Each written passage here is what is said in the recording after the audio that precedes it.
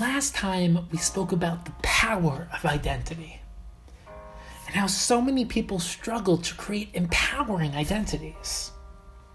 So practically speaking, how do you work on changing your identity? Today I'd like to suggest 3 approaches. The first is to speak it. It's to have the courage to speak it. And there are 2 ways to do this.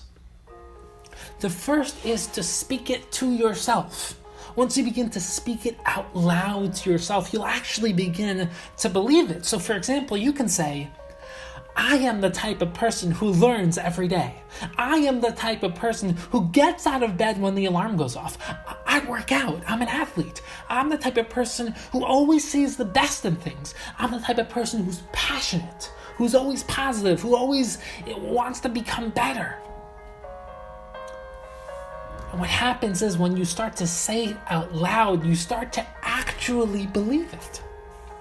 But the next step is to have the courage to speak it out loud to other people. And what this does is it creates external accountability, which is actually something we've spoken about before. It's because so many people struggle with certain commitments, like learning or exercising, because they don't have that external accountability. They commit, but when they don't feel like doing it, they just cop out. However, if you create external accountability, you won't have this problem. For example, if you have a chavrusa or an exercise buddy, then even if you're not in the mood, you'll still go. Because once there's external peer pressure, you would never want to be the kind of person who lets someone else down. So while this may not be the ideal since you're not self-sufficient, you need someone else to help you, this is extremely helpful. And another way to do this is to tell people what you've committed to.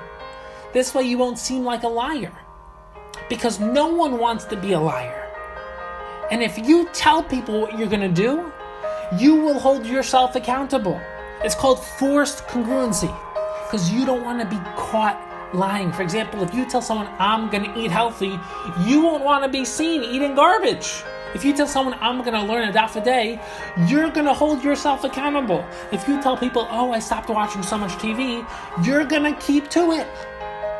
So if you create that forced congruency, if you create that external accountability, that is extremely helpful. That's step number 1, is to speak it. Step number 2 is to live it.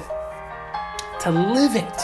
Once you live it, then you'll believe it. As the Chinuch, the Rambam, and the Ramchal say, Acharei hamaisim nimshachem halavavos. After your actions, that's how your heart follows. Meaning that even if you're not ready to do it right now, do it. Because before you feel like it, before you really believe it, you can still do it first. It's the famous saying, fake it till you make it. It's when you don't want to do it. It's when it's hard. It's when you're afraid you're going to fail. Do it anyways. Because if you constantly push past your comfort zone, eventually what was once only a fantasy can become your reality. And the last step is to believe it. Before you see it, before you have any evidence that it can be real, to believe that it's possible. Because once you believe it, then you'll see it. Once you believe in your new identity, you'll live it. This is the deep power of belief. So close your eyes. Imagine the life you want to experience. Imagine the life you want to live. Then open up your eyes and make that your reality.